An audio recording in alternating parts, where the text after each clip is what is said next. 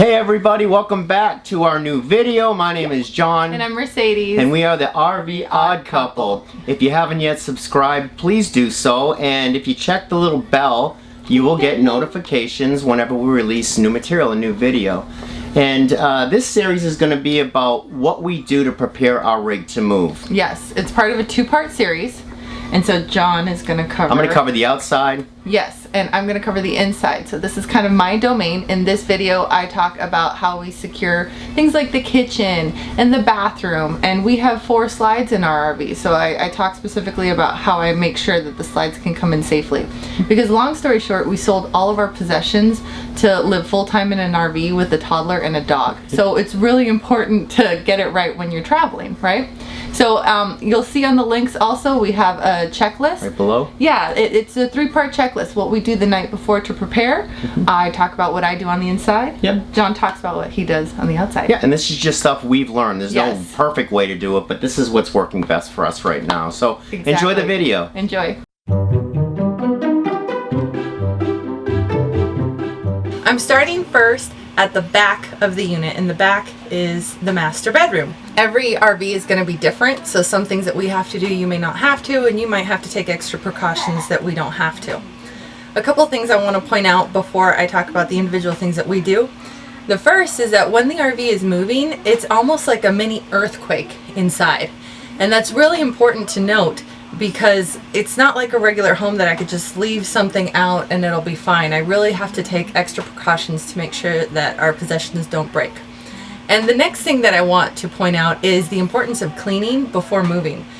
When I lived in a 2,800 square foot house, this was a huge endeavor. I could easily spend 8 hours cleaning the entire house.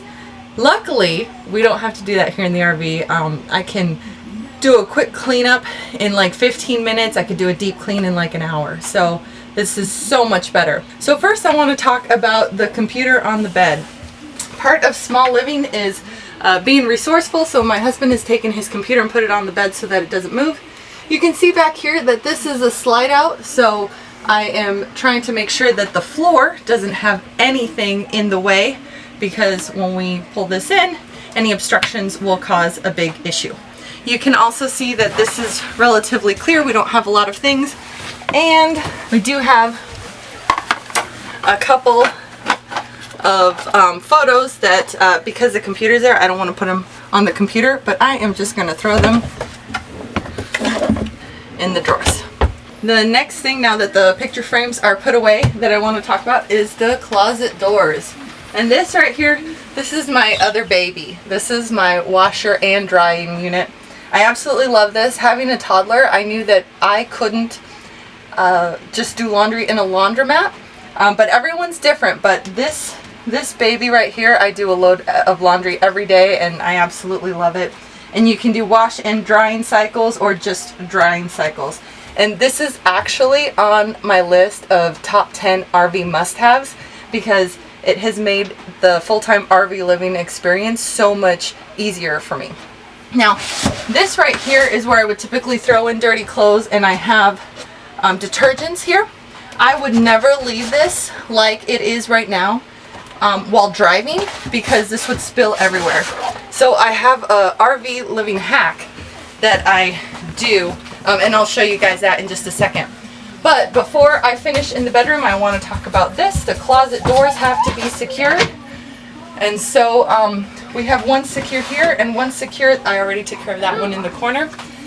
Make sure that if you have doors in your unit that need to be secured, I like to have a checklist and make sure I get all of them, because if this shook like an earthquake, it could break, and I'm sure that would be really expensive to fix. I don't even want to mess with that.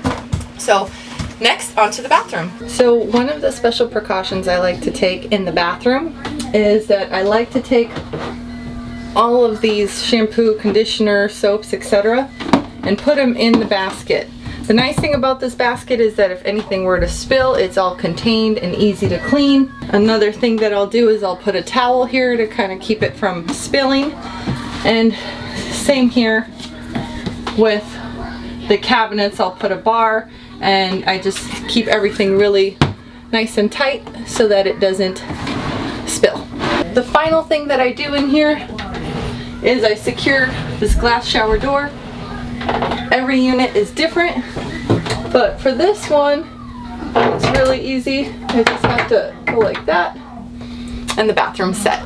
Now we are in our daughter's bedroom, and I've already taken some precautions. I removed the sheets and the pillows, and I've stuffed them in here so things can't fall. I have a bar that I'll put here so her books don't fall out. I'll do that later. One of the things you can tell that this is a slide out. So I'm going to secure the top bunk.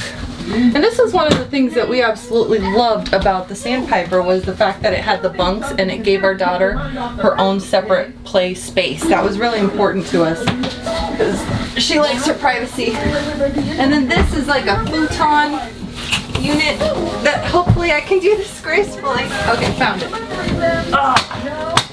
And it pulls right up, and then it just slides back. And again, very important to keep this completely clear, as this is going to slide in, so totally clear from obstructions. Now we're on to the kitchen. A couple of really important essentials is make sure you're properly caffeinated for this, and make sure you have treats to keep the toddler occupied, and cartoons are also really helpful. Although that's not officially on our RV travel list of things to do, goodies certainly help. And then I've also prepared some snacks for when we're traveling.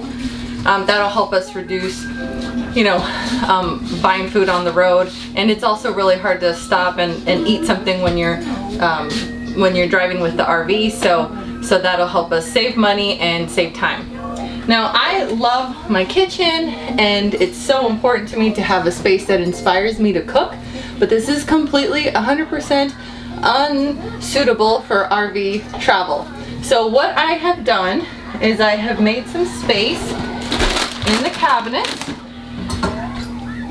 so that everything is really, really tight and secure so it doesn't move.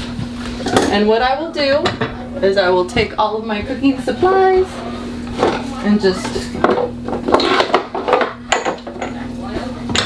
jam them in as much as I can. One of the things that I have done is the command hooks that are in visible areas. I have spent a little bit more money and got the pretty metallic ones. They're also on my top 10 RV must-haves.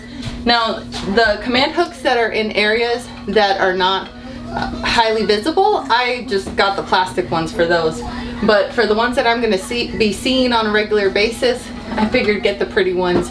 They would inspire me to cook in this space. And another thing that I absolutely love about this area, about the Sandpiper, is that though I don't have a lot of counter space, I do have more counter space with this.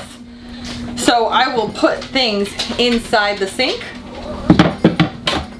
Also, as you can see, the kitchen's kind of tricky because it's one of the last places to get done. But this right here, it's also on my RV must-have list. I just roll it up. It's a rolling dish rack, and it's super versatile. And what I do is I roll that up and I put it in here. Now, the dishes, I try not to put glass by glass, but I will use these tension rods, and I will put one back here to keep the stuff up high, and then I will shove either towels, or I will put any extra stuff. And the goal here is to restrict movement as much as possible, and that'll keep things from breaking. And for the refrigerator, I have put everything into baskets, and I'm just going to put some towels over here. I've cleared out this area completely, and right before we leave, I will secure the refrigerator like so. Alright, so I hope you enjoyed this video. If you want more information on how to prepare the exterior of the RV, click on the top right. You'll see a card with John's video. And otherwise, thank you so much for watching. Hope you enjoyed it. We'll see you soon. Thank you.